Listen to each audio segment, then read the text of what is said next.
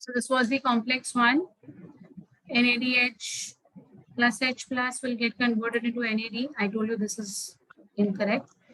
We saw how the protons and electrons are splitting, how the electrons are being carried by the coenzyme Q or the CoQ or the ubiquinone as we call it, and it will hand over its electrons to complex 3, right? From complex 3, now the electrons will be picked up by the cytochrome C complex, which is the only mobile complex, and will bring those electrons to complex 4. From complex 4, these electrons will enter into the mitochondrial matrix where they'll combine with oxygen, which is the final acceptor of electrons. This negatively charged oxygen will now combine with the protons to form the metabolic water. Simultaneously, the two protons are going to be dispatched from the NADH2 into the intermembrane space. Here also there is going to be the movement of protons for a couple of electrons. So 2 protons are going to be sent again into the intermembrane space. And same the way this particular thing has happened, in the same way here also 2 protons are going to move out into the intermembrane space. I've told you the reasons for it. Now there are 2 plus 2 plus 2, 6 protons that have got accumulated. And this is going to be the 5th complex, which is going to be ATP synthetase complex. And due to the acidity, increase in the acidity in the intermembrane space, this particular complex 5 or the ATP synthetase enzyme will undergo a conformational change, a temporary change in its structure, allowing the passive diffusion of these protons across the enzyme, that is the ATP synthetase. So when these protons are going to move in a passive form, the energy would be dissipated, which will be captured by ADP and an organic phosphate to form ATP. So one pair of proton will give rise to one ATP. NADH has released 3 pairs of protons, therefore it will give rise to 3 ATP. FADH2 is only going to be oxidized at complex 2, and therefore it's going to give its electrons to OQ, and only 2H and 2H are going to be released. Therefore, only 2 ATPs will be the yield from FADH2. So this is what is the overall ETS or the electron transport system that we had seen according to this particular diagram. Now, I'll move ahead with the content of it, so it will be more simple for you all to understand. See, complex 1 transfers electrons from NADH to coenzyme Q and is called as NADH dehydrogenase. So complex 1 का नाम क्या है? It is NADH dehydrogenase. This complex pumps protons into the intermembrane space. So electrons are shifted to the Q and protons are shifted to the intermembrane space. Correct? Right? Complex 2 transfers the electrons derived from succinate oxidation to CoQ. So we saw complex 2 is going to give the electrons to CoQ directly. This complex is properly called as succinate coenzyme Q reductase complex. Through it, it is often referred to by its common name, that is succinate dehydrogenase. So the succinate dehydrogenase is the one who is going to remove the hydrogen from FADH2. Complex 2 has FAD and FES. FAD is flavin. You remember I had given you the full form of FAD? Flavin, adenine, dinucleotide. Okay. Fe is iron, S is sulfur. Fine. Or ferrous sulfate, as you can put it. Complex 3 is also called as CoQ cytochrome C reductase because it accepts electrons from CoQ and passes them to cytochrome C. Right? So we have seen that CoQ is the one. So we have seen that CoQ is the one which is accepting which is giving the electrons to complex 3, and complex 3 is then giving this electrons to the cytochrome C reductase. Okay. From CoQ and passes them to cytochrome C. Complex 3 contains cytochrome B and cytochrome C1. So cytochromes are what beta I told you? Cytochromes are electron carriers.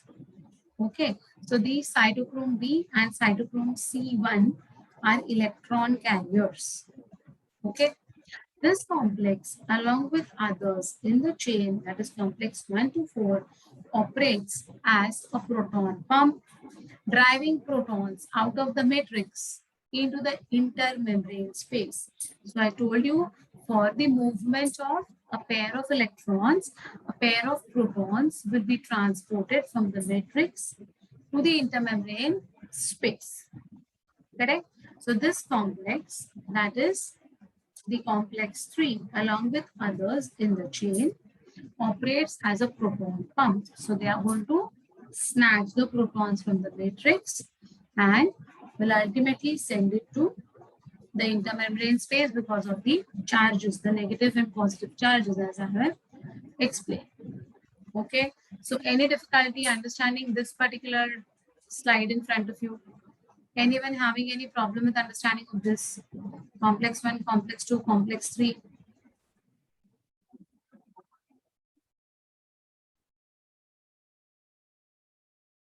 No.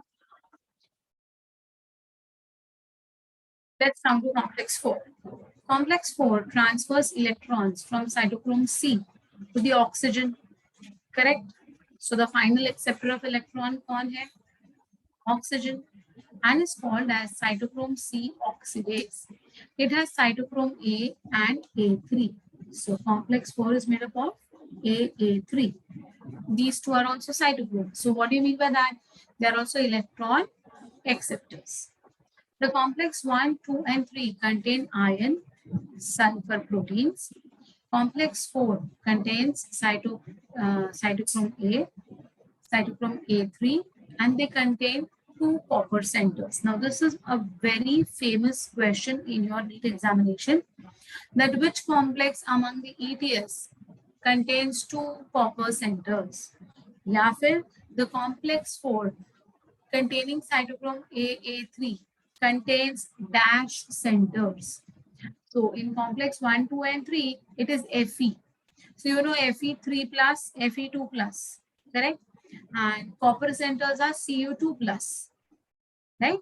So that is a very important point, that complex 1, 2, 3 में Fe है या sulfur है, and complex 4 में it's always will be copper. Okay. Cytochrome C is a mobile carrier. It can move from complex 4 to complex 3, get the electrons from complex 3 and return back to complex 4. Right? Of all the electrons transferring intermediates involved in the aerobic respiration, only cytochrome A3 at the end of the transport system is the terminal oxidase, which is capable of direct transfer of electrons to the oxygen. So the cytochrome A3 will itself initiate the transport of electrons from its complex to hand it over to oxygen. Okay. I missed one point over here, that complex 4 also pumps protons from the matrix into the intermembrane space, that we have already seen. Complex 1 is pumping protons, complex 3 is pumping protons, and complex 4 is pumping protons, that we have already seen. 2 electrons, 2 protons, and 1 atom of oxygen produce a molecule of water. So half O2 plus 2H plus 2E minus gives us 1 molecule of water. Is it fine? Now you all are capable of understanding the content after understanding the diagram very clearly. समझा है? Right? Good.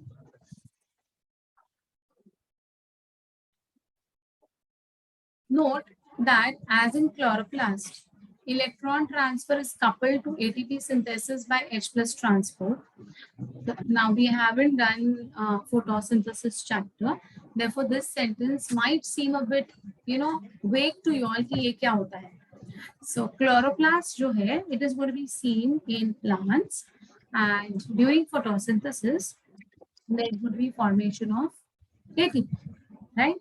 During this particular time, or during the formation of the glucose in the plants, there is electron transfer, which is also coupled to what? ATP synthesis. So ultimately, even during photosynthesis, energy is going to be synthesized, and it is also by the same method, that is by the aggregation, accumulation of proton. So here also you saw the protons were getting accumulated in the intermembrane space, which was coupled to the ATP synthesis, or which resulted in ATP synthesis. Even during photosynthesis inside the chloroplast, in similar way, ATP is synthesized. Here it is taking place into the mitochondria. Here ATP synthesis is taking place in the mitochondria. In plants, along with mitochondria, energy is also going to be synthesized in the chloroplast. How is that going to happen? That I'll teach you in the chapter of photosynthesis. Right? The protons are transferred from the matrix to the intermembrane space of mitochondria by 3 of the 4 complexes. So only complex 2 is not going to transport H plus. Complex 1, complex 3, complex 4. All are going to transport, right? So the protons are transferred from the matrix to the intermembrane space of the mitochondria by 3 of the 4 complexes by creating a proton motive force. Proton motive force means accumulation of protons in the intermembrane space. Okay, which will cause severe acidity in that area. That will cause the protons to move on their own. So they are going to move on their own. Therefore, it is going to be called as what? Proton motive force. Fine. The electron transport system consists of a series of hydrogen and electron carriers embedded in the inner membrane of mitochondria, which we have already seen as complex 1, 2, 3, and 4.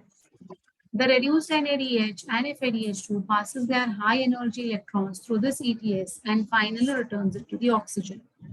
The electron flow is coupled to the proton pumping, and this in turn is coupled to ATP synthesis. So once you have understood the mechanism very clearly, the language becomes really simple. Correct? Any difficulty, any doubt in understanding the content, whatever I have read till now? Come on, go through it and do let me know.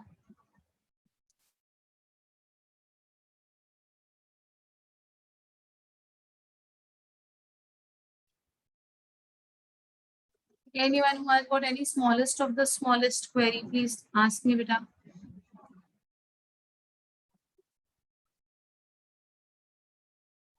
Nothing. Now we'll see a phenomenon called as chemiosmosis in mitochondria. Osmosis is nothing but movement of water molecules from higher concentration to lower concentration till they acquire an equilibrium. Chemiosmosis means there's going to be movement of some chemical molecules basically. Okay, so which we have already seen as ATP synthesis. Let us just understand the language of NCERT. The ATPs are synthesized in the stroma region of the chloroplast during photosynthesis, whereas ATPs are synthesized in the matrix region of the mitochondria during respiration. So we have already seen the ATP synthesis taking place in the matrix of the mitochondria during respiration. The enzyme complexes, namely complex 1, complex 3, and complex 4, present in the intermembrane of the mitochondria, act as proton pumps, which pump the protons from the matrix of the mitochondria into the intermitochondrial space. In chloroplast, cytochrome B6 and F complexes act as proton pump. Don't worry about that note, because I haven't, taught you photosynthesis.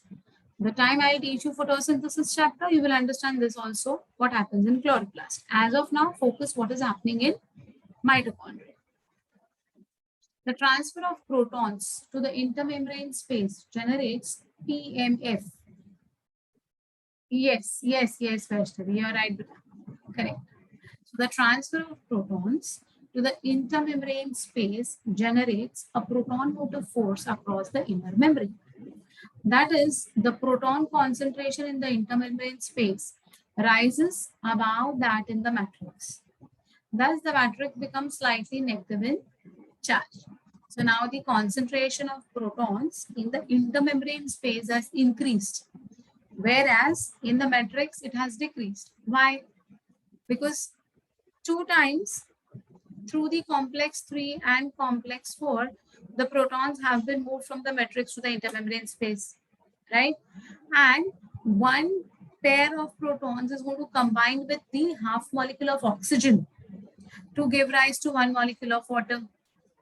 So technically, from the matrix, the number of protons have reduced drastically, right? This internal negativity attracts the positively charged protons. So H plus matrix में से कम हो गया, so it received a negative charge. So this negativity is going to attract the positively charged protons and induces them to re-enter the matrix. Correct? Since membranes are impermeable to ions, the protons that re-enter the matrix pass through the enzyme called as ATP synthase, which use the energy of the gradient to catalyze the synthesis of ATP from ADP and IP. So whenever those protons are going to move from higher concentration gradient to the lower concentration gradient, the excess of the, because it's going to be a passive transport, so there is no requirement of energy. So whatever energy will be thrown out will be captured by ADP and IP to form ATP. Correct? The ATP synthase located in the inner membrane of the mitochondria has 2 parts, F0 and F1, which I had already made the diagram in the last class. Correct? So all of you will have understood till here. Anybody having any difficulty or doubts?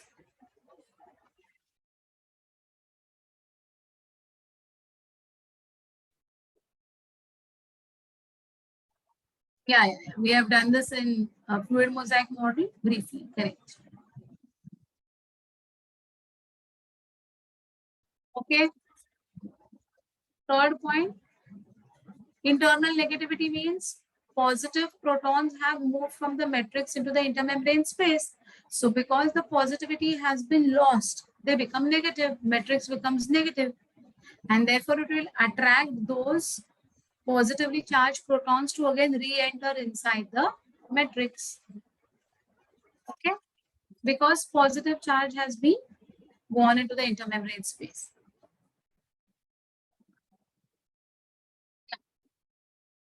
F1 headpiece is a peripheral membrane protein complex which contains the site for synthesis of ATP from ADP and inorganic phosphate. F0 is an integral membrane protein complex that forms the channel through which protons crosses the inner membrane. Correct? So you know the shape of those F1 particles, right? Fernandez particles or oxysomes. The passage of protons through the channel is coupled to the catalytic site of F1 component for the production of ATP. Means what is happening? From that channel, whenever the protons are going to move across the channel, there is going to be the F1 site through which they have to pass. So that point of F1 through which these protons are passing, it is called as the catalytic site of F1 component. Okay? For each flow of 2 protons through F0 from the intermembrane space to the matrix, down the electrochemical gradient. Down means from higher concentration to the lower concentration. 1 ATP is produced. Thus, the vast majority of energy originally contained in the food material is ultimately used to generate a gradient of protons in the inner membrane of the mitochondria. This gradient is then used to drive the synthesis of ATP. So whatever energy was liberated from the food, right? That energy was used for what? That energy was used for movement of the protons from the matrix to the intermembrane space. And when they will pass out by passive diffusion, they will dissipate this energy to ultimately synthesize ATP. Correct? This gradient is then used to drive the synthesis of ATP. Because the chemical formation of ATP is driven by a diffusion force similar to osmosis across the membrane. The process is referred to as chemiosmosis. So why we call it as chemiosmosis? Because osmosis is the movement from higher concentration to lower concentration, and it is going to be across the membrane. So here also this is across the membrane, intermembrane. So this name chemiosmosis has been conferred. Is it okay? Same which I have explained that how ATP formation takes place, same, but they have put it in word form. Did you all understand this?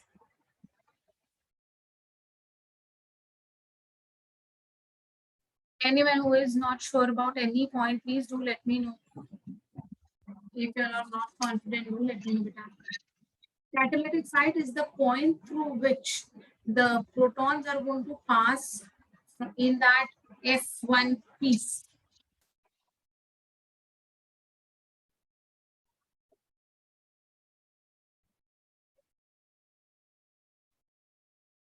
So the diagram is the diagram there. Very well. Show the diagram. Wait.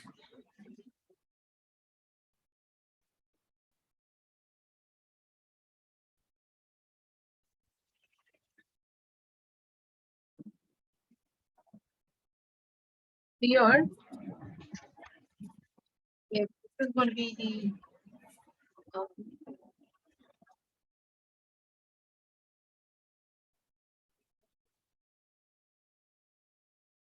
correct. This is going to be your diagram wherein, as I said, this portion will be called as F1 and this portion will be called as F0. So F0 is going to be a channel. Okay. And F1 will contain the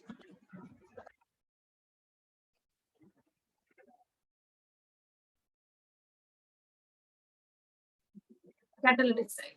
So imagine if these two protons are moving in this direction, right? So this to this, right? This space will be called as what? Catalytic site. It is passive. It is not requiring any energy. So energy is thrown out. The energy is thrown out. This thrown out energy will be captured between ADP and IP to form ATP. It's passive transport only. There is no energy required. Therefore, if energy was required, how it would have been formed? Since energy is formed, that means energy is not used up. Okay. So here there is 2H plus, 2H plus, and 2H plus. And these are moving passively. Therefore, they do not require any energy, and the thrown out energy will be then captured by ADP and IP to form ATP. Now, understood all of you all? Any doubts still? Any difficulty, any doubts in your mind, beta?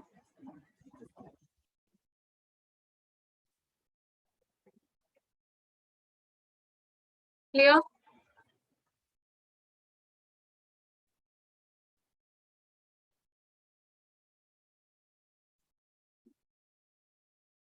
Fifth one was the F1 particle. Yes, my dear. Your idea, you're perfectly right. So the movement of H plus produces energy. Yes, that is what is called as proton motive force. H plus को इसीलिए हम क्या कहते हैं? Proton. H plus is proton. Motive means self-generating force. Okay. Correct. Perfect. Very correct, Vaishnavi. Right, beta. Any other doubts from anyone of you all? Don't take the things for granted. If you don't understand, be kind enough to ask me. I really don't mind. All of you are okay. बाद में question paper देखोगे ना, फिर तुम्हें समझेगा कि अरे यार, हाँ, start solving your modules simultaneously before attempting your DAT, VAT, FLTs. Please solve all your modules again and again. I'm telling you, And that is the only reason that I'm clearing your doubts also every Monday to Monday with already chapters that we have done. I'm taking a recap of everything and I'm giving you so many extra points also on Monday, Tuesday. I'm sorry, Tuesday. So kindly, follow this. As soon as a small topic is completed, open your modules. All the questions, you check your progress are according to that subtopics. तो जो अपना सब topic हो चुका है उसका check your progress complete कर दो बेटा, तब के तब उसी दिन. So if you all have not understood anything now, you are ready with your doubts.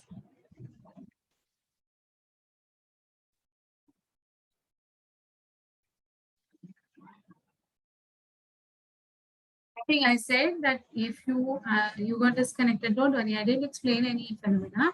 I just told that simultaneously start solving your modules for whatever subtopics we are completing, so that your doubts are ready. Okay. ATP yield of aerobic respiration. This also I've already told you, but still, the theoretical ATP yield harvested from glucose is generally calculated as 38 ATP molecules. However, 2 ATP molecules are utilized for the transport of glycolytic NADH from cytoplasm to mitochondria in eukaryotic cells, thus making the ATP yield as 36 molecules. Now, this is always a question mark in the minds of the students. One glucose will give us 38, one glucose will give us 36. Right? This is a common, thing that is there in your minds. So to clarify these, to make this, crystal clear in your mind, I'm going to explain something which is not given in your textbooks, which is called as a shuttle system. What we call it as shuttle system. Yeah, shuttling कहते हैं हम लोग. Okay, मतलब अभी I don't know if you all are aware of this, but पहले के जमाने में है ना shuttles हुआ करते थे. Trains को shuttles कहते थे. Have you all heard about it? Trains used to be called as shuttles. What is a shuttle? If that train is going to leave from Churchgate and suppose reach Gujarat, again it is going to come back from Gujarat to reach the Churchgate station the same day. Okay, so just moving from one place to another and coming back to the original position. That is called a shuttle. समझा? तो यहाँ पर भी ऐसा ही कुछ shuttling system operative है हमारे body में, in our cells. Now my dears, these things are not mentioned anywhere in your to and fro. It's not mentioned anywhere in your books, and you would till the end of your first year MBBS also you would never come to know that is it 36 ATP that are formed in our body cells or is it 38 ATP. So please pay your 100% attention and focus on all the things that I'm going to tell you all right now. So molecules of NADH2 produced during glycolysis in the cytoplasm have to go inside the mitochondria for production of ATP. So I had told you that in eukaryotic cells, if mitochondria is available, so exchange bureau office is available. Only when exchange bureau is available, only then the currency change can take place. Do you all recollect this? So in the same way, they are saying that if mitochondria is there, then the NADH2 which is produced during glycolysis will be transported into the mitochondria for what? Exchange of it. I'll give you one NADH2, you give me 3 ATP. Correct? The mitochondrial membrane is impermeable to NADH. अब देखो ये और झमेला है. ये जो mitochondrial membrane है, it cannot transport NADH directly. You remember pyruvic acid was getting converted into acetyl-CoA, right? And then the acetyl-CoA was entering into the matrix to form the citrate via the Krebs cycle. So NADH2 is not being moving from one place to another. It is just going to be made in the mitochondrial matrix. If it is made in the mitochondrial matrix, no problem. But it cannot be transported from cell membrane into the mitochondrial membrane.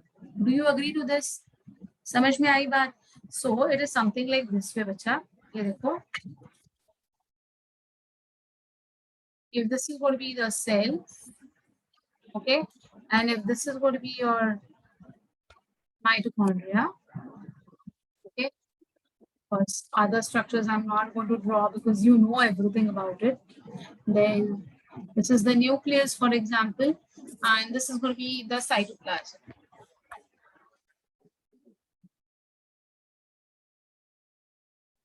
Correct? Cytoplasm is the site for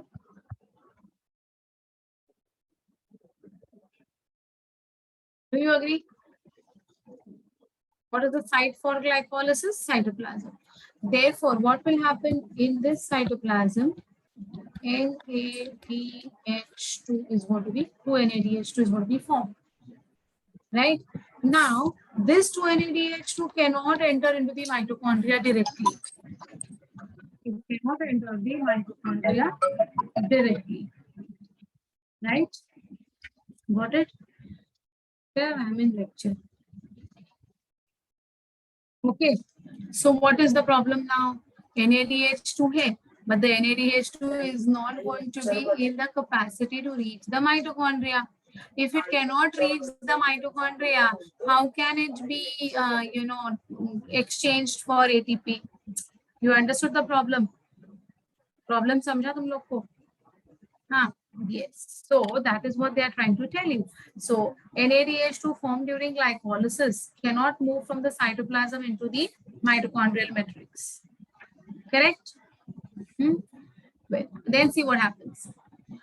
Hence, a special carrier system known as electron shuttle is present in the inner mitochondrial membrane, which transports electrons from NADH2 to the electron carriers inside the mitochondria. So now what is the only source by which the exchange can happen? So electrons को अंदर बाहर आने के लिए कोई नहीं रोकेगा, but पूरा NADH2 अंदर बाहर नहीं आ जा सकता है.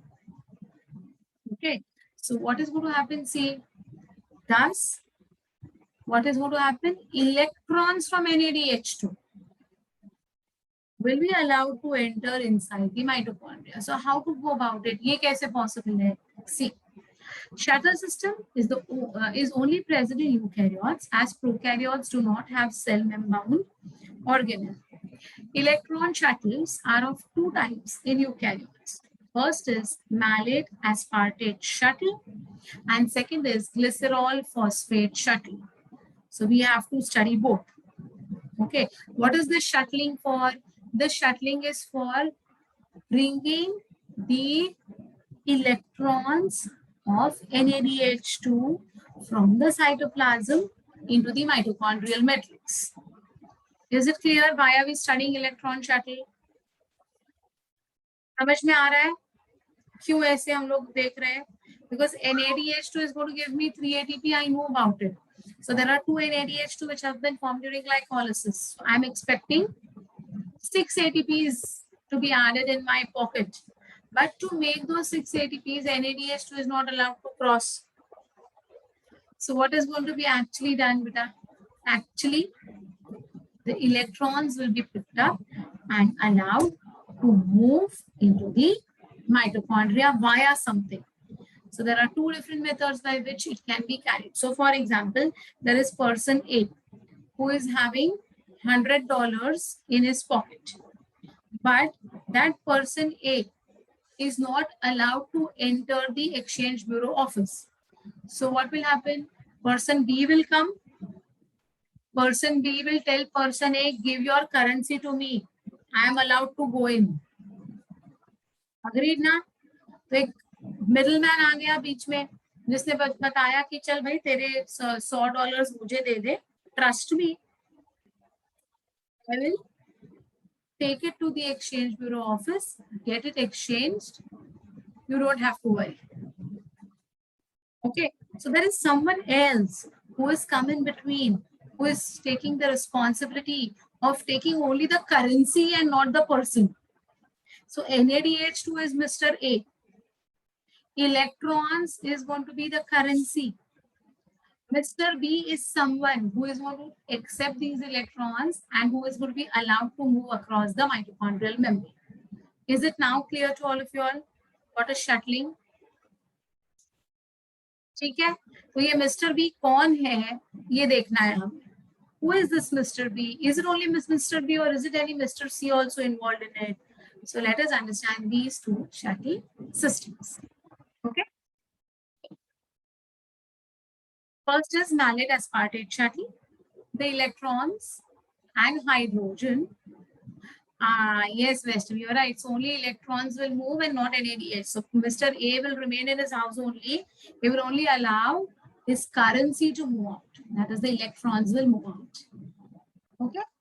Yes, right.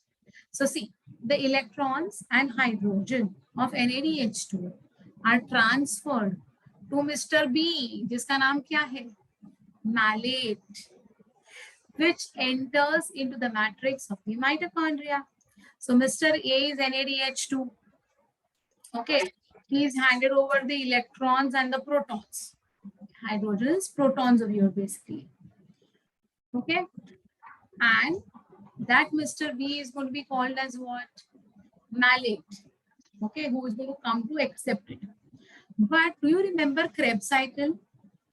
Malate will then give rise, is then going to get converted into what? Oxaloacetic acid. Do you remember this? OAA. Exactly. So वो वाली reaction याद करना बेटा. So see,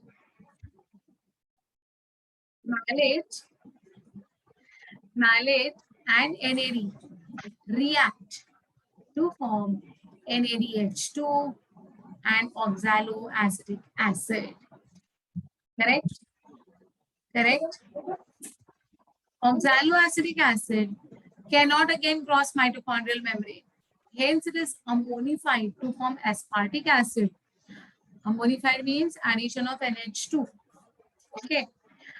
So when amino group will be added now to OAA, it will get converted into aspartic acid, which passes from the matrix to the cytoplasm.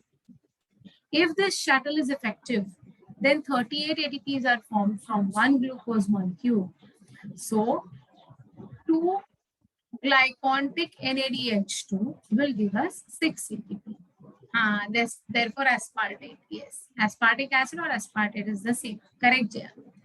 It is more efficient and present in heart, liver, and kidney cells. So wherever there is more energy required, this shuttle system is going to be operative. Fine. So I'll show you with the help of the diagram. It will be more simple. See. Look at this. This is the outer membrane of mitochondria. This is the inner membrane of our mitochondria. And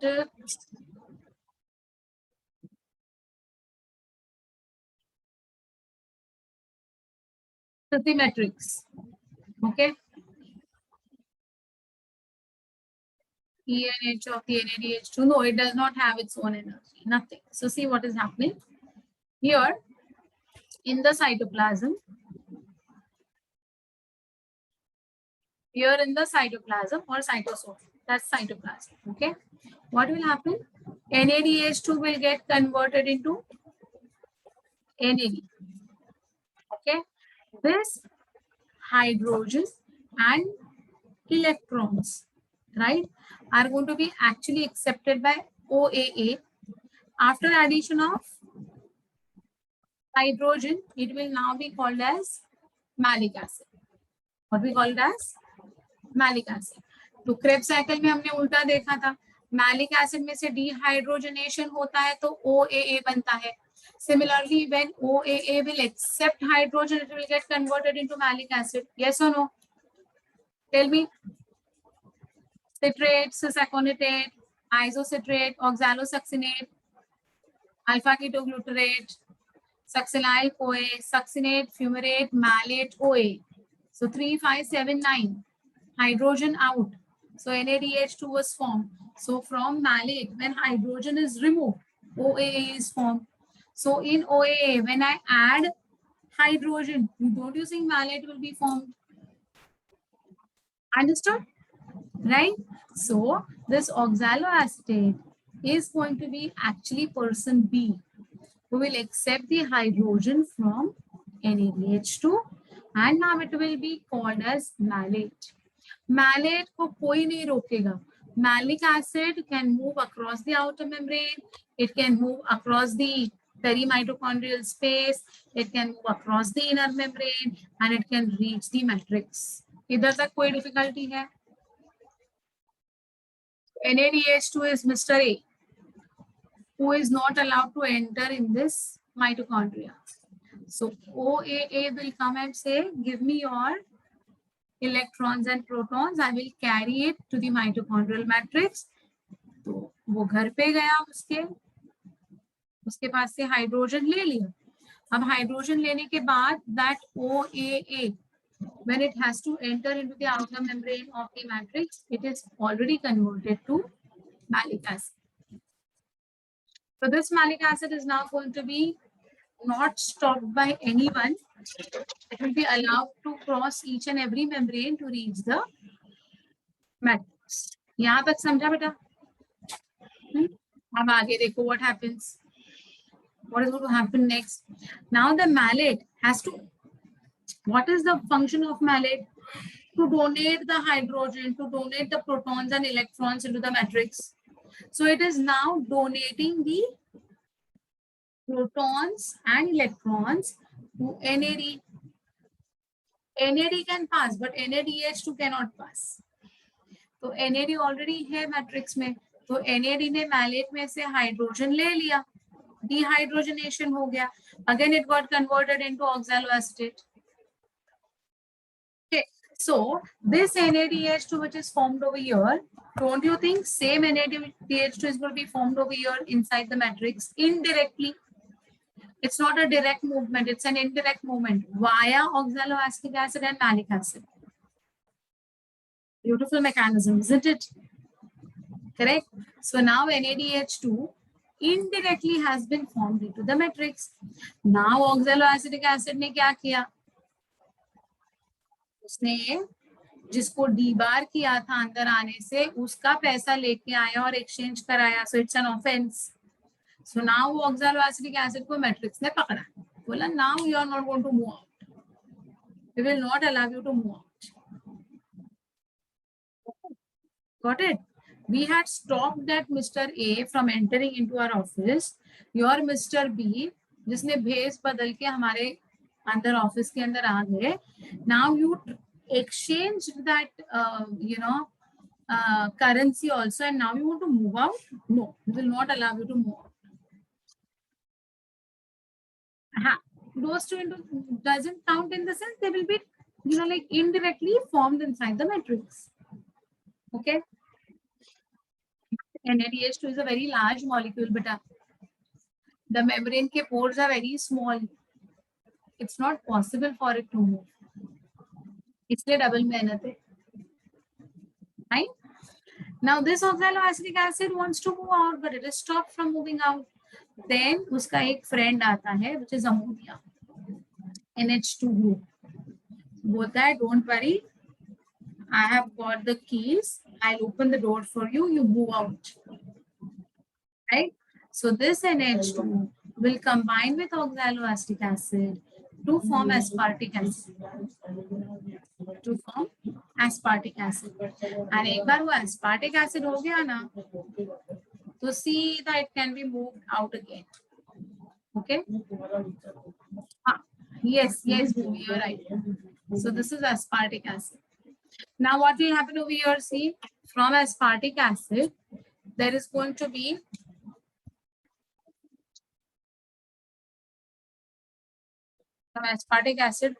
removal of NH2. So again, it will get converted into what? OAA. समझा क्या हुआ बेटा? So this is a shuttle which is operative between the cytoplasm and the matrix. Moving in and out. Who is moving in and out? Oxaloacetic acid is moving in and out, getting converted into malic acid first, then aspartic acid, then coming out into the cytoplasm, losing its NH2, and again getting converted into OAA. Where will the NH2 go? NH2 is going to have so many functions in making amino acids. So in the cytoplasm, they are going to be used in making amino acids. Okay, got it? Any difficulty? Any difficulty in understanding malate, aspartate, shuttle? Sure है? Yes, NH2. All amino acids will contain NH2 group. Amino group कहते हैं ना उसको. What is NH2? Amino group. Right? बोलो बेटा. ये shuttle system में कोई difficulty है? ये shuttle system you will not find in any books, my dears. But now you know that here it is NADH2 and here also there is NADH2. So ultimately you're going to get 3 ATPs over here.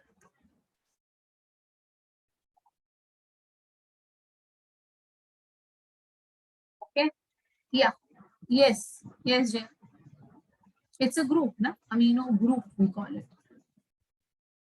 Okay. Previous slide.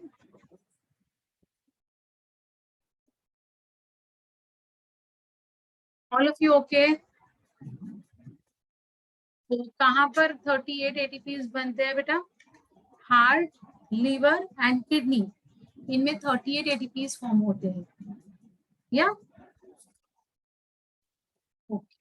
so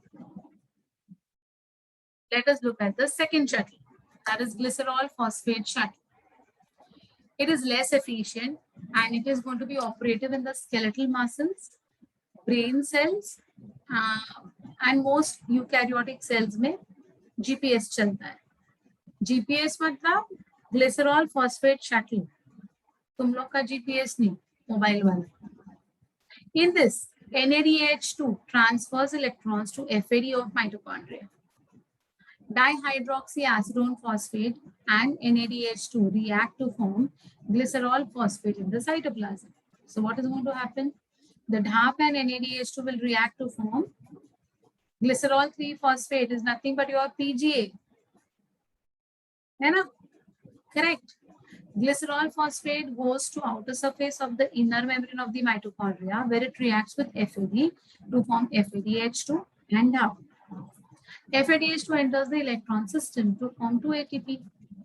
DHAP get transferred to the cytosol. In the presence of this shuttle, 36 ATPs are produced from one glucose molecule. Okay. In the earlier process, how many ATPs were formed? See, 1 NADH2 will give us 3 ATP. So 2 NADH2 will give us 6 ATP. So in the earlier shuttle, 6 ATPs would be formed. Correct? Agreed?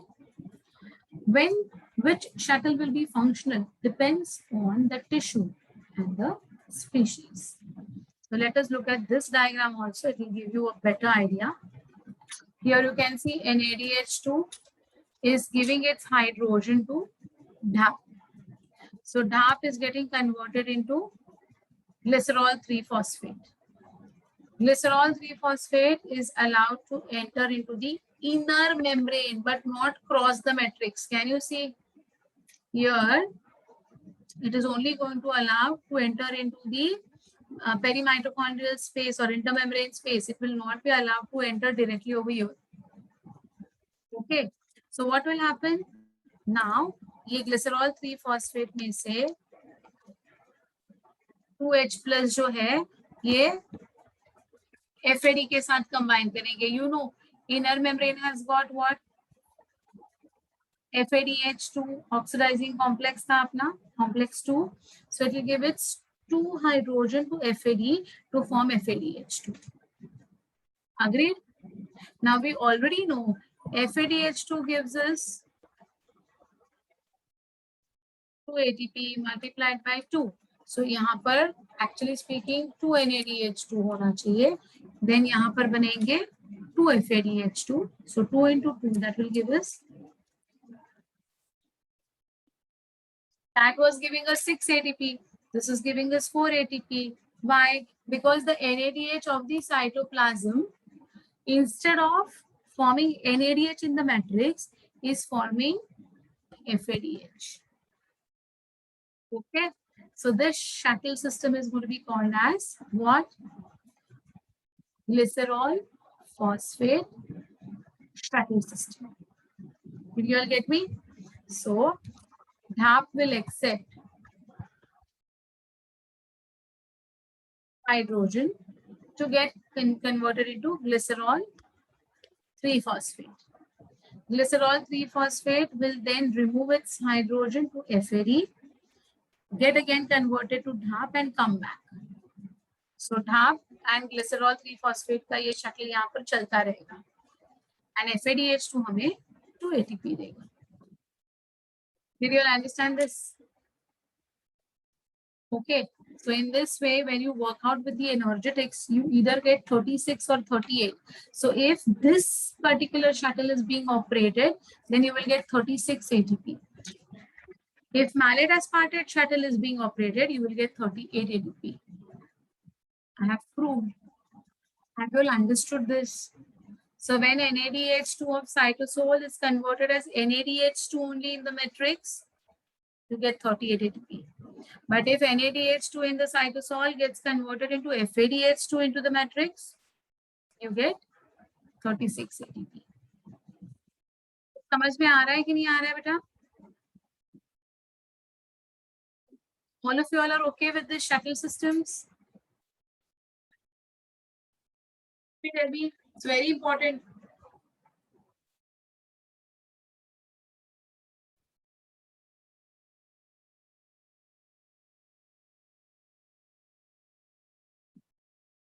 Which you want me to explain again? This one.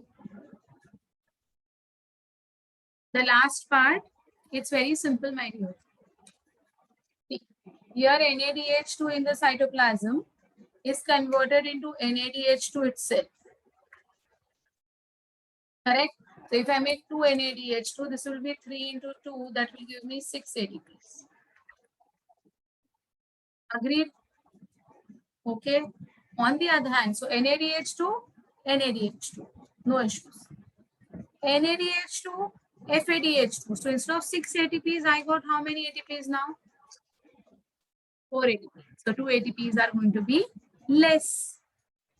So when we had calculated all the NADH2 in the last class, that time your answer was 38 ATP.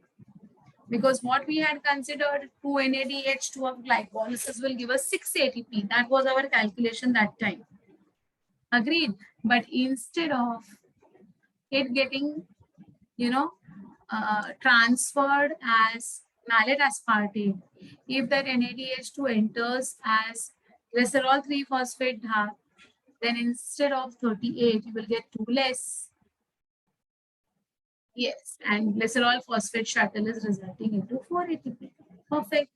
But it is going to alter the overall calculation. Na? The overall calculation was 38 ATPs. Assuming that NADH2 is transported via malate aspartate shuttle, then it will be 38 ATP.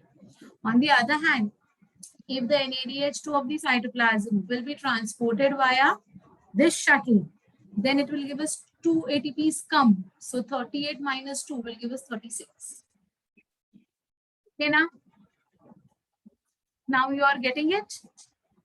Yeah, because FADH2 gives us 2 ATP. Yes, my dear. If the shuttle is effective in the malate shuttle system. So what is to be operated will be dependent.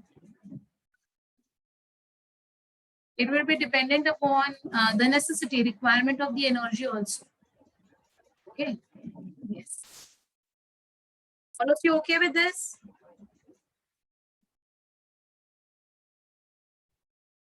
Now I will.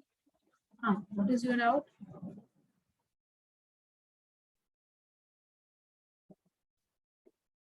From where does the NAD and FAD come to combine with H2? It is regenerated during the this electron transport chain, ना बेटा? NADH2 में से hydrogen चला जाता है तो NAD free हो जाता है दूसरा हाइड्रोजन एक्सेप्ट करने के लिए. Similarly, FADH2 में से हाइड्रोजन निकल जाता है तो FAD is free to accept new hydrogen. So they don't come from anywhere. They are already present in the matrix.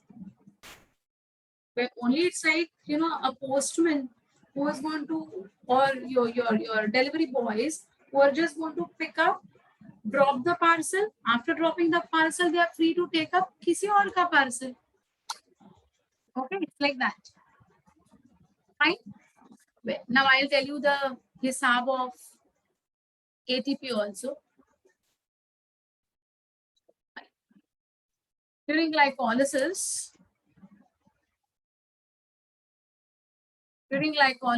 substrate level phosphorylation will produce 4 ATPs and 2 ATPs are used up. So net gain is 2 ATP, which we have already seen. Agreed? Do you remember all these things? Yes or no?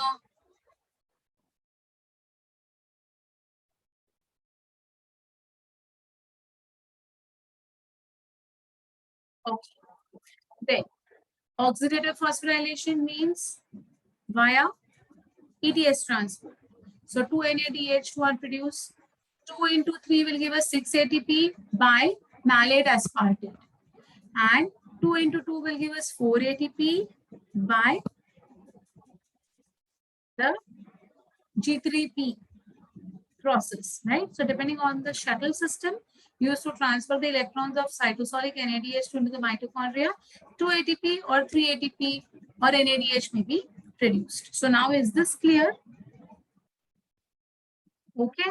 So 2 from substrate level plus 6 will be 8 ATP or 2 from substrate level plus 4 will give us 6 ATP. Right? Correct. Look at the second reaction. Acetyl-CoA synthesis. There is no substrate level. 2 NADH2 are formed. Directly, it is going to take place in the mitochondrial matrix. So there is no need of transporting anything from anywhere. So 2 NADH2 will give us 2 into 3, that is 6 ATP directly. So we'll calculate 8 plus 6. How much? Tell me. 8 plus 6. 40. Exactly. Krebs cycle, 2 GTP or 2 ATP by substrate level. 2 NADH, 2 into 3, 6 NADH, sorry, 6 NADH, 6 into 3, that is 18 ATP. And 2 FADH, that is 2 into 4, that is 4 ATP. So 14 plus 18 plus 4. Chalo, batao mujhe. What is your calculation? 8 plus 6, 14. 14 plus 18. Yeah, 14 plus 4 karoge to 18. So 18 plus 18 will give you 32. Correct hai? Correct hai? And plus 6 of your acetyl reaction. Okay. Now look at it. GTP 2 hai. So ye 2 ho gaya. So what is your calculation now? 18. 18 plus 18 is 36, my dears. 36 plus 2 is going to be 38. If you calculate according to this, 6 plus 6, 12. 12 plus 18, how much? 30. 30 plus 4, 34. 34 plus 2, 36. So total ATP per glucose molecule could be 36 or it could be 38. Did you all understand this entire calculation? Any doubts, any difficulties in understanding the calculation? Please tell me, beta. Energetics बहुत important है आपके. Regular questions आते रहते हैं ये energetics पे. All of you okay?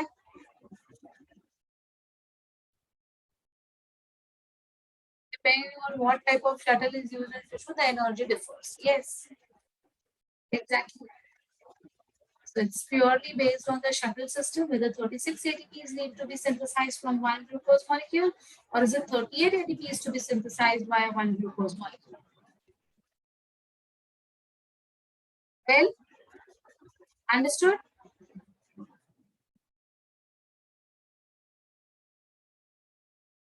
That's all with your aerobic respiration. Completely done with aerobic respiration. We move ahead with anaerobic respiration. So aerobic respiration, we have seen glycolysis, acetylation, Krebs cycle, ETS, and the energetics of ETS, including 2 shuttle systems. That is completely clear the aerobic respiration content. All of you are okay with this? Can I move to the anaerobic respiration part now? Anaerobic respiration involves incomplete breakdown of fuel molecules like glucose into compounds such as ethyl alcohol, lactic acid, etc. in the absence of molecular oxygen. So there is no use of any oxygen that is required here. Depending on the end product form, anaerobic respiration can be classified into alcoholic fermentation and lactic acid fermentation. Alcoholic fermentation will give rise to ethyl alcohol. Lactic acid fermentation will give rise to lactic acid. So, ethanol और ethyl alcohol and lactate कैसे बनता है उन्होंने short में दिया है, हम इसको एलाबोरेट करने वाले हैं. Glucose will undergo glycolysis. 2 ATP is the net gain to form pyruvic acid. Pyruvic acid, if it undergoes dehydrogenation, lactic acid will be formed. And if it undergoes decarboxylation as well as dehydrogenation, ethanol will be formed. Now the question over here is, decarboxylation and dehydrogenation should have formed acetyl CoA. आया ना?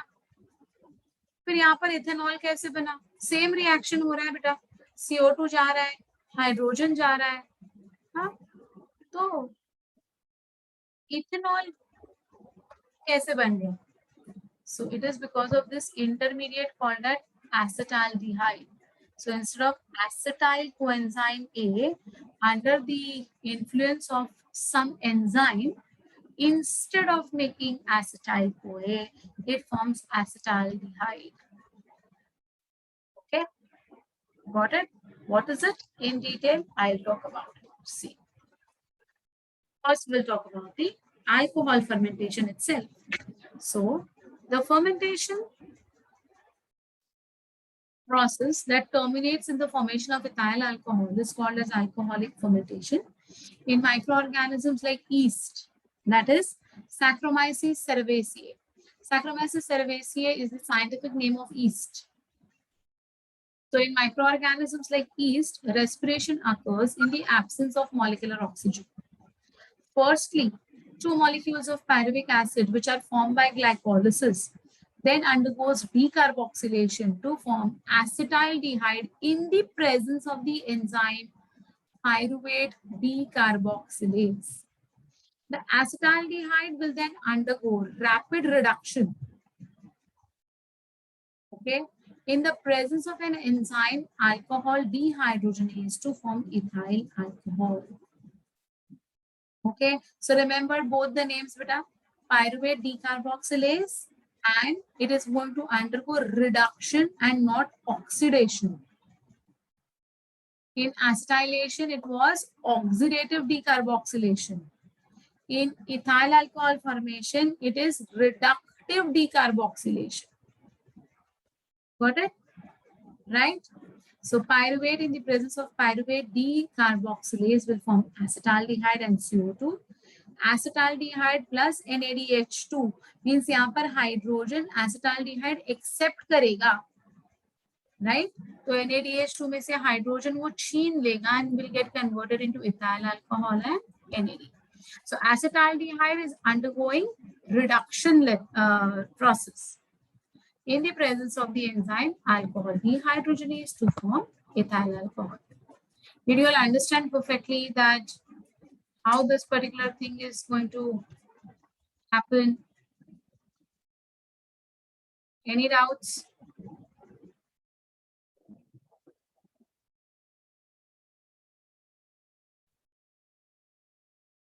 Come on, tell me if there are any doubts. Please do let me know.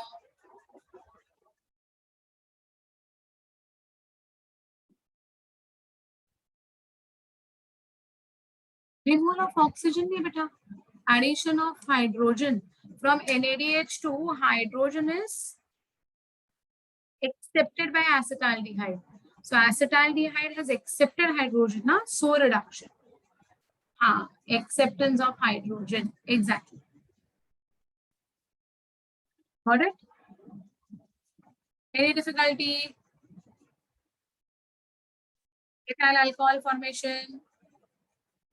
Intermediate याद रहेगा decarboxylation in the presence of the enzyme pyruvate decarboxylase to form acetaldehyde. Acetaldehyde will accept hydrogen from NADH2 to get converted into ethyl alcohol.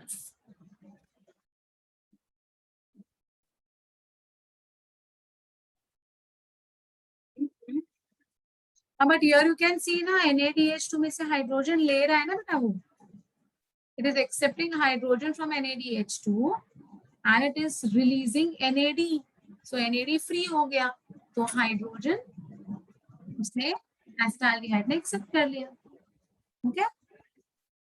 Let us see lactic acid fermentation. The fermentation process that terminates in lactic acid is called as lactic acid fermentation. Here also, firstly, 2 molecules of pyruvate are formed by glycolysis. The 2 molecules of pyruvate are then reduced by the hydrogen atoms given by NADH2 to form lactate, that is lactic acid, in the presence of the enzyme lactate dehydrogenase. So, यहाँ पर भी क्या होने वाला है? NADH2 में से hydrogen निकल आएगा and accept करेगा pyruvic acid. Okay. Unlike alcoholic fermentation, there is no liberation of CO2. So during lactic acid formation, there is no CO2 formation. But during ethyl alcohol formation, yes, CO2 is going to be formed. So pyruvic acid plus NADH2 in the presence of lactate dehydrogenase will give us lactic acid and NAD. As simple as that. Understood anaerobic respiration? Ethyl alcohol formation and lactic acid formation, इधर तक समझा? Lactic acid fermentation occurs in lactic acid bacteria, which are widely used in the dairy industry. It is important commercially because the production of cheese, yogurt, and other dairy products depend on microbial fermentation of lactose, the main sugar found in milk. Cheese, सबको पता है, हाँ? Pizza के ऊपर का चीज, फिर क्या? बर्गर के ऊपर का चीज स्लाइस, फिर क्या? चीज सैंडविच, फिर क्या? चीज पाव भाजी, सब खाते हो ना? चीज डोसा, पता नहीं क्या कितना किस किस में लोग आजकल चीज डाल के बेचते हैं. हाँ, चीज बॉल्स, हाँ पूरे फॉरगेट. चीज वड़ा पाव भी मिलता है. ओह माय गॉड, ये तो कुछ नया ही मैं सुन रही हूँ. ओह माय गॉड, किस में भी चीज डालेंगे क्या? अरे यार, what is this? This is a news to me. हाँ, mozzarella cheese, cheddar cheese, और भी अलग अलग होते हैं. There are so many different types of cheese. I'll teach you how to make cheese, not as a recipe, as a syllabus. तुम लोग लगा मैं तुम्हें इधर रेसिपी पढ़ाने के लिए बैठी हूँ. How to make cheese, ये अपने syllabus का content है. Yeah, there are so many types, exactly. I'll teach you 3 basic types of cheese, how to make them. Syllabus का content है. I tell you the recipe, you can try it at home. पक्का पढ़ाऊंगी. I'll also teach you how to make alcoholic beverages at home.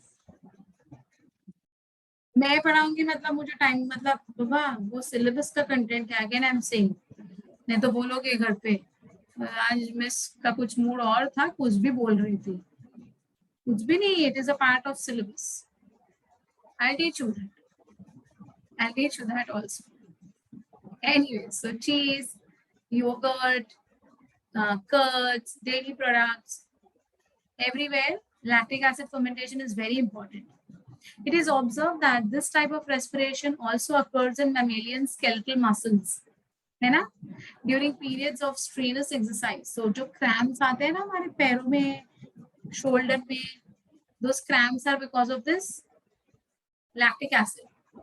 Whenever muscle cells use oxygen faster than it is supplied by the circulatory system, the cells become temporarily hypoxic, means they are going to be anaerobic conditions have developed in our muscle cells. Under these circumstances, the pyruvic acid, which is formed by glycolysis, will be reduced to lactic acid instead of being oxidized to acetyl CoA. तो cramp इतना गंदा आता है ना, रात में सोते हैं वो टाइम पे especially. So it is because of the formation of lactic acid. So lactic acid fermentation is also taking place in our muscle cells. Imagine. Okay, same method. Overall production of ATP during anaerobic respiration. During anaerobic respiration, the breakdown of glucose is described as incomplete or partial, since it results in the formation of organic compounds such as ethyl alcohol, lactic acid as end product. Why does it pain? Because of lactic acid? No, because of anaerobic condition. Because of anaerobic condition, the pain is very severe. Unless and until it's again going to, it's called as oxygen debt. DBT, oxygen debt. So when again the oxygen will be supplied normally, then only that cramp will go off. The breakdown of glucose during anaerobic respiration occurs in two phases. They are glycolysis and fermentation. Glycolysis converts one molecule of glucose into two molecules of pyruvic acid. During this process, two molecules of ATP and two molecules of NADH2 are synthesized. However, the two molecules of NADH2 that are formed during glycolysis are used to reduce pyruvate, that is pyruvic acid, and convert into NAD during fermentation. So that NADH2 is not going to reach the mitochondria for getting converted into ATPs. Rather, that NADH2 will be used up. है ना? Acetaldehyde plus NADH2. कहाँ से आया वो NADH2? So acetaldehyde plus NADH2 या फिर pyruvic acid plus NADH2 is nothing but what? The NADH2 formed during glycolysis. So it will be used up in this particular process. Therefore, the net energy yield during anaerobic respiration is only 2 molecules of ATP against 36 to 38 molecules of ATP through aerobic respiration. So anaerobic will give us only 2 ATPs. Fine. Got it? You got the explanation also. What will happen to that NADH2 then? वो भी समझा? Then we come to something called as Pascher's effect. These content of Pascher's effect is not a part of your NCERT textbook, but some or the other papers have regularly been asking on this effect. So what is Pascher's effect? The inhibition of anaerobic breakdown of sugars into carbon dioxide and ethyl alcohol due to the presence of oxygen is called as Pascher's effect. So particular organism who is actually an anaerobic organism is not allowed to form ethyl alcohol or lactic acid because oxygen came in between. This effect is called as Pascher's effect. Facultative anaerobes are capable of respiring both anaerobically and aerobically. In the absence of low concentration of oxygen, they respire anaerobically. But with increase in the oxygen concentration, they switch over to aerobic respiration and anaerobic respiration is completely stopped. This effect is called as Pascher's effect. Okay, so if a question anytime in your any of your papers comes on Pascher's effect, you should only know that oxygen availability जैसे ही हो जाता है, the organism shifts from anaerobic to aerobic, and when it shifts to aerobic, it will undergo complete oxidation, and ethyl alcohol or lactic acid cannot be formed. That is Pascher's effect. समझा है? Clear है ये? During aerobic respiration, breakdown of one glucose molecule releases 38 ATP molecules. But during anaerobic respiration, breakdown of one glucose molecule only gives us 2 ATP molecules. Hence, facultative anaerobes utilize less glucose when they switch over to aerobic conditions. The ratio between aerobic to anaerobic ATP synthesis is thus 38/2. So 38 during aerobic and 2 during anaerobic. That is 19:1. Thus, facultative anaerobes consume 1 molecule of oxygen instead of 19 molecules when oxygen is supplied. So they are facultative now. So they can switch over from facultative का मतलब क्या होता है? जो available है उसमें खुश रहेंगे. They are not fastidious. They are not obligate. So facultative anaerobes consume 1 molecule of glucose instead of 19 molecules when oxygen is supplied. What this 19:1 ratio समझो बेटा. Understand the ratio. Many questions have been asked. What is the ratio of aerobic to anaerobic respiration? It is 19:1. Come on. Tell me if any point not understood.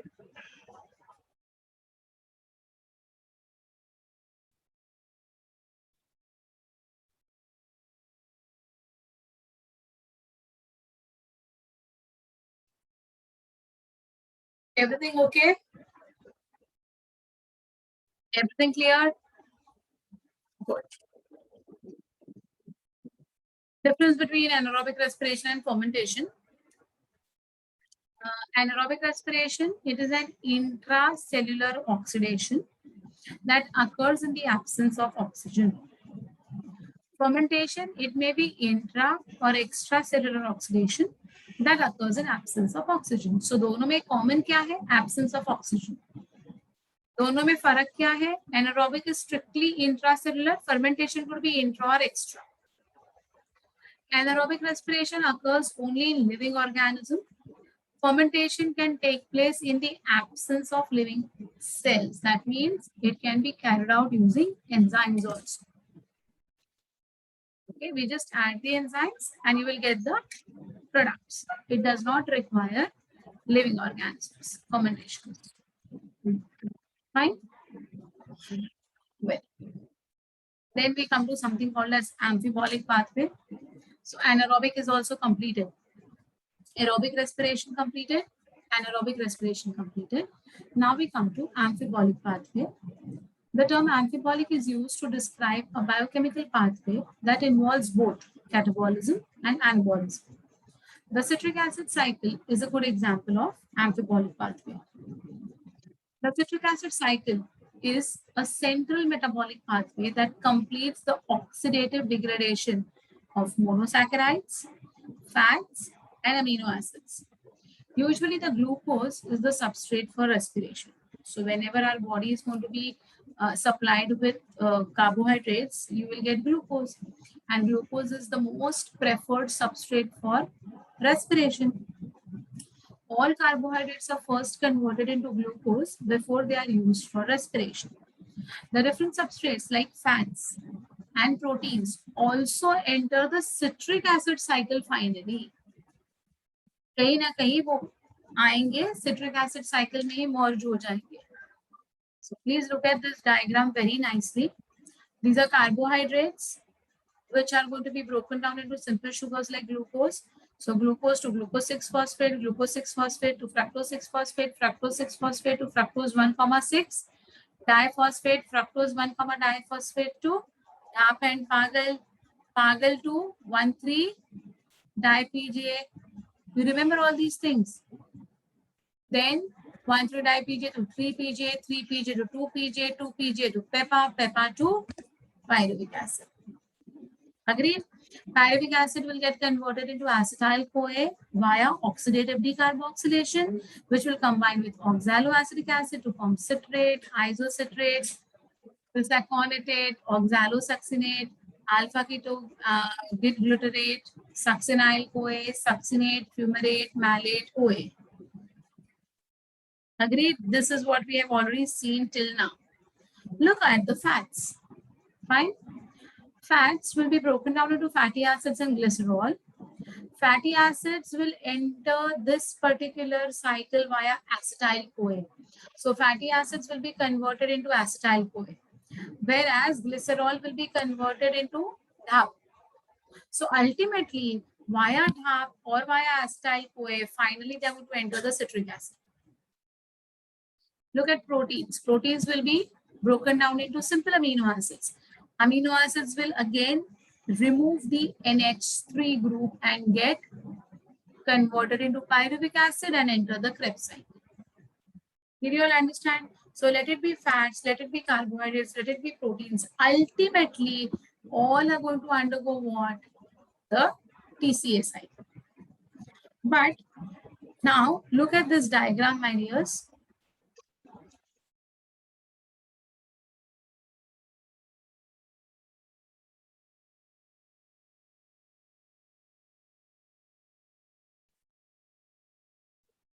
Look at this diagram. From citrate to cis-aconitate, anytime citrate can be removed to form fatty acids and cholesterol. Okay, so what is this? This is synthesis. This is breakdown. I agree. ये सारा breakdown है. ये सारा breakdown है. लेकिन ये क्या है बेटा? What is this? This is synthesis of fatty acids. This is synthesis of cholesterol. Okay, look over here. Alpha ketogluteric acid may move out of the citric acid cycle to form amino acids and nucleotides. Succinyl CoA may move out from the citric acid to form hemoglobin ka heme molecule. Malic acid may form pyruvic acid. Oxaloacetic acid may be used to resynthesize glucose. So, you know, like, aisa nahi hai ki the arrow is going down, the arrow is coming up also.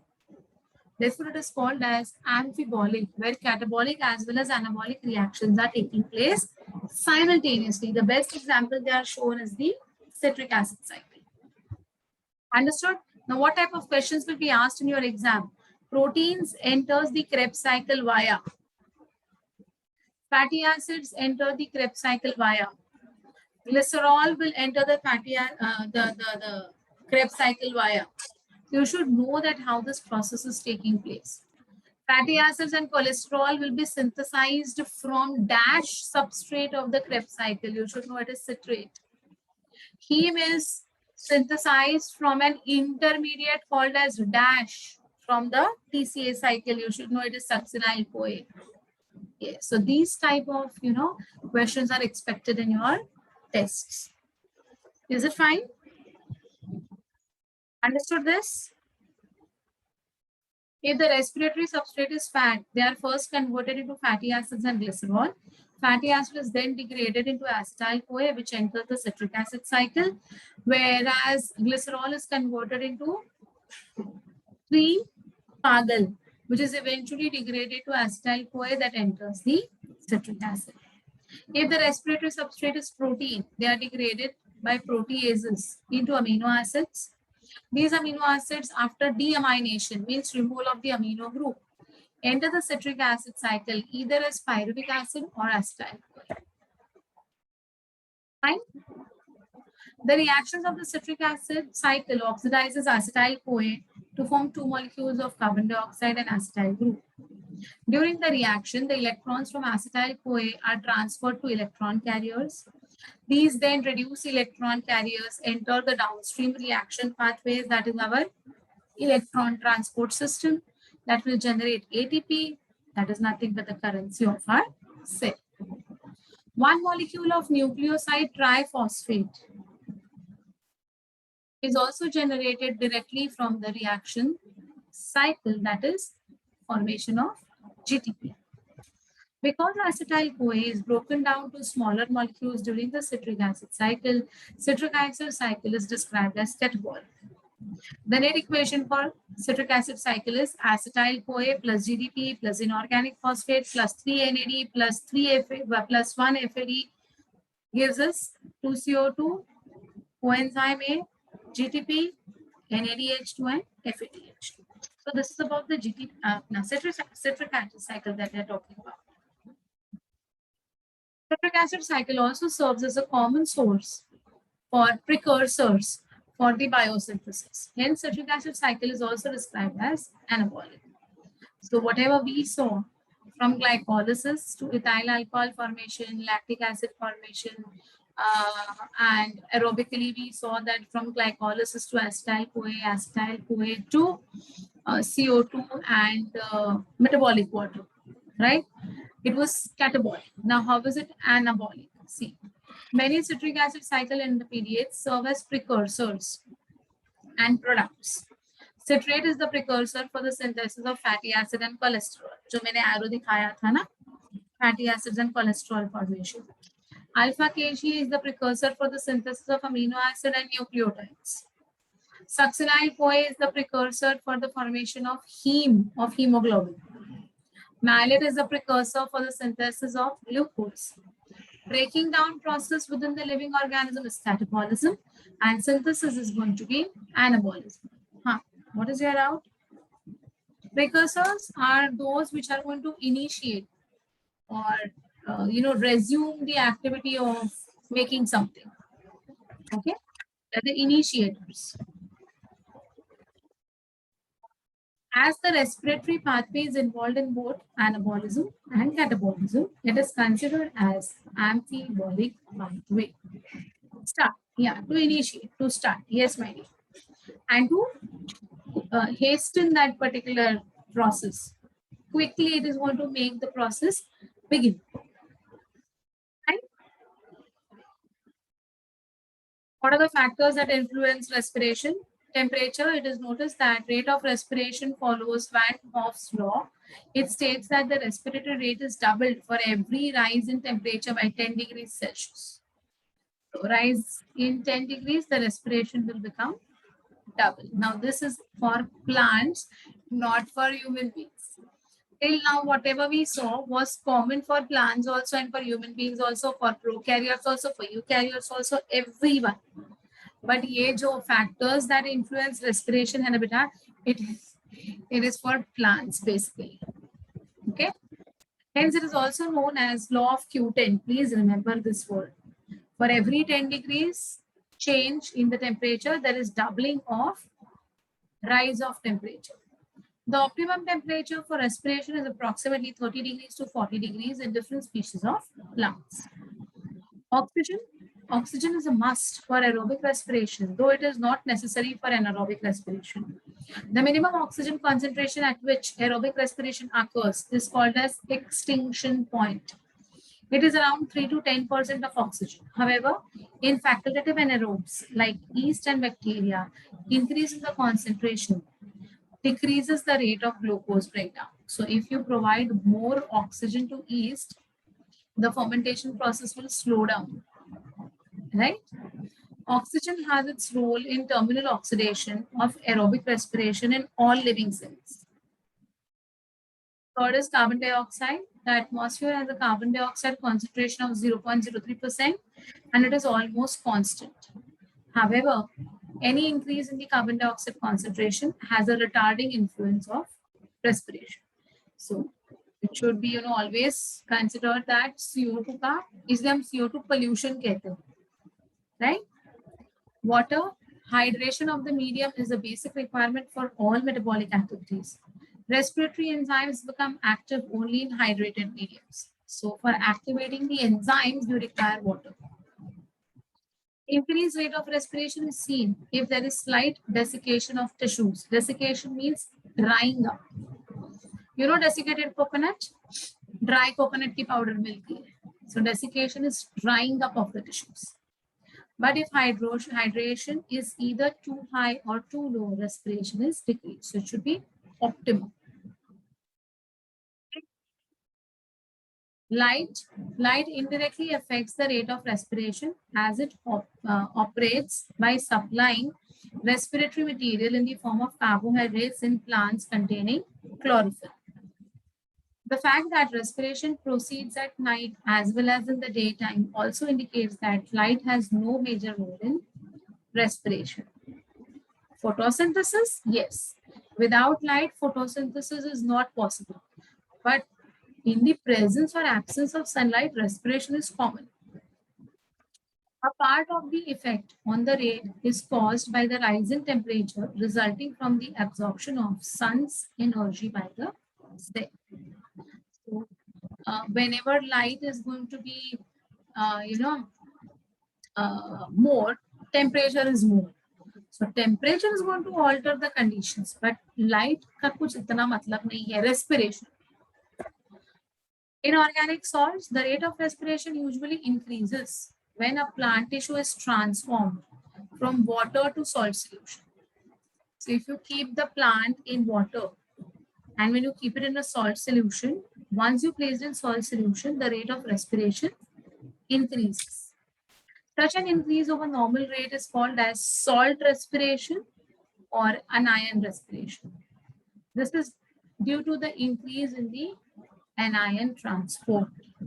So, when there is more respiration, the cells will be maintained at a better turgidity. So many a times, these florists, जो bouquets and all बेचते हैं ना बेटा, वो लोग generally dilute salt solution spray करते हैं, so that they'll remain fresh for a longer time. Okay.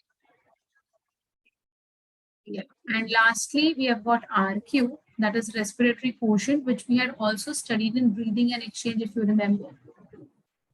So what is it? The ratio of volume of carbon dioxide liberated upon the volume of oxygen used during respiration is called as respiratory quotient or RQ.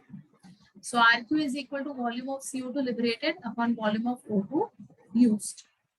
RQ can be used to find the type of food being oxidized during respiration because different food materials like carbohydrates, fats, proteins, organic acids possess different RQ values.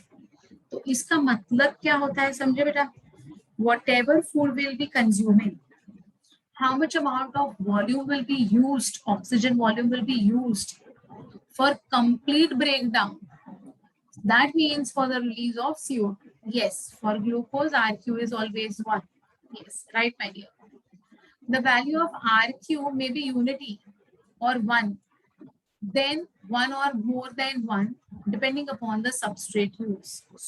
There are different values for different substrates. So if I eat a lot of carbohydrates, then my RQ will be 1. Why? See, if the respiratory substrate is carbohydrate, as in germinating seeds like wheat, oat, barley, or paddy, the value of RQ is always 1. That is, look at the reaction.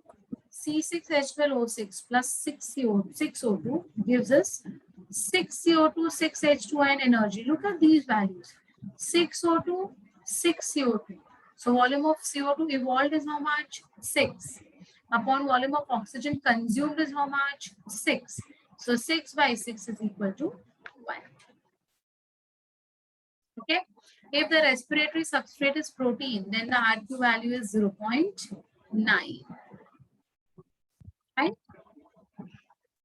If the RQ value of fat, see, if the respiratory substrate is fat, as in case of germinating seeds of mustard, castor, RQ of respiring cells will be less than 1 because the volume of CO2 liberated is quite less in comparison to the volume of oxygen consumed. Fats always require more amount of oxygen for their oxidation.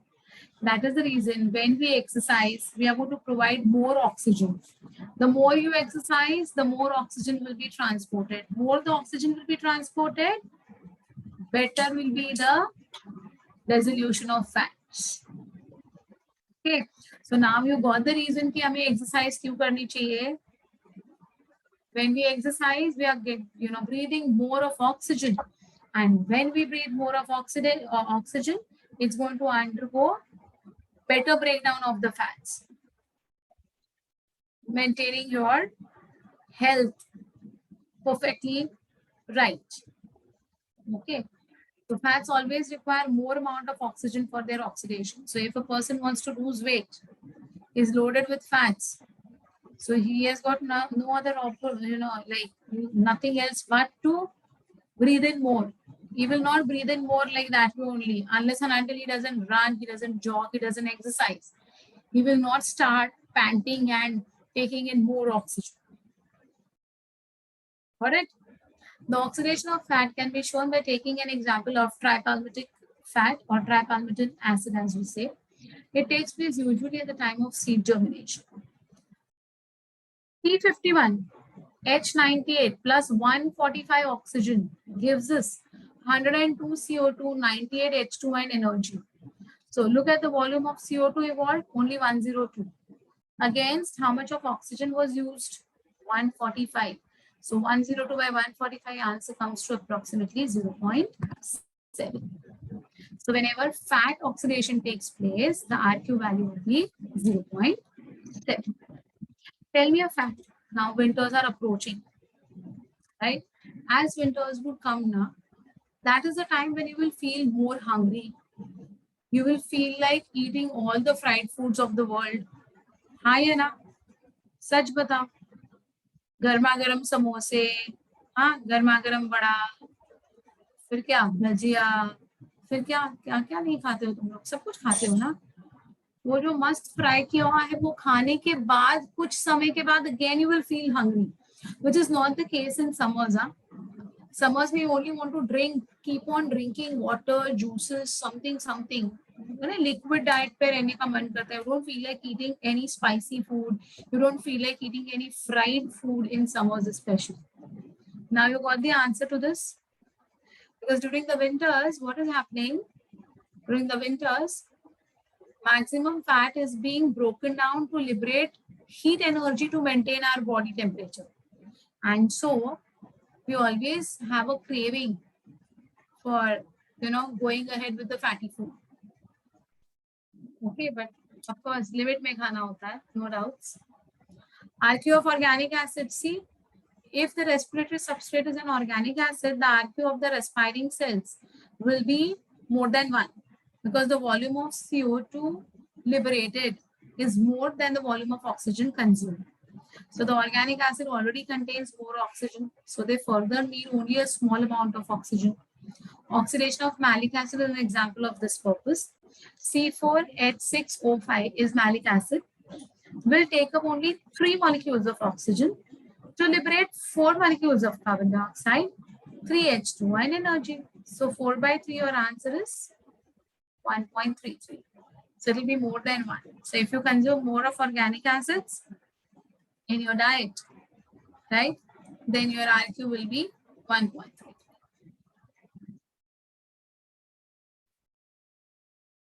What is the significance?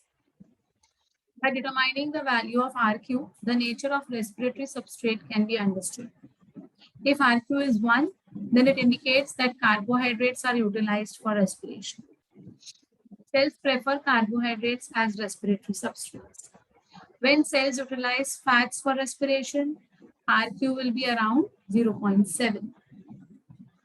When cells use organic acid, then the RQ will be more than 1. This is the significance of respiratory quotient. Understood this? Any difficulty till here? Tell me, beta.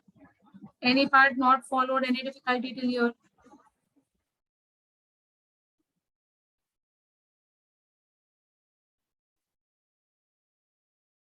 Nothing? The end of this chapter. So we have completed with one more chapter, that is respiration, and we can go ahead with a new chapter on Friday. So I hope you all have understood this chapter. Kindly revise it. Kindly watch the recordings if required again and again. Get your doubts sorted, and please solve your modules, because you're going to have very different types of questions which are generally asked in your examinations that are going to be there in your modules. So kindly solve your modules, especially for these chapters. Okay. It's almost 5:20, so I'll leave you all 10 minutes early. ज़्यादा नहीं लटका के रखूंगी because अपना chapter खत्म हो चुका है. So let's meet on Friday again with a new chapter. Okay. Check. Bye, beta. See you all.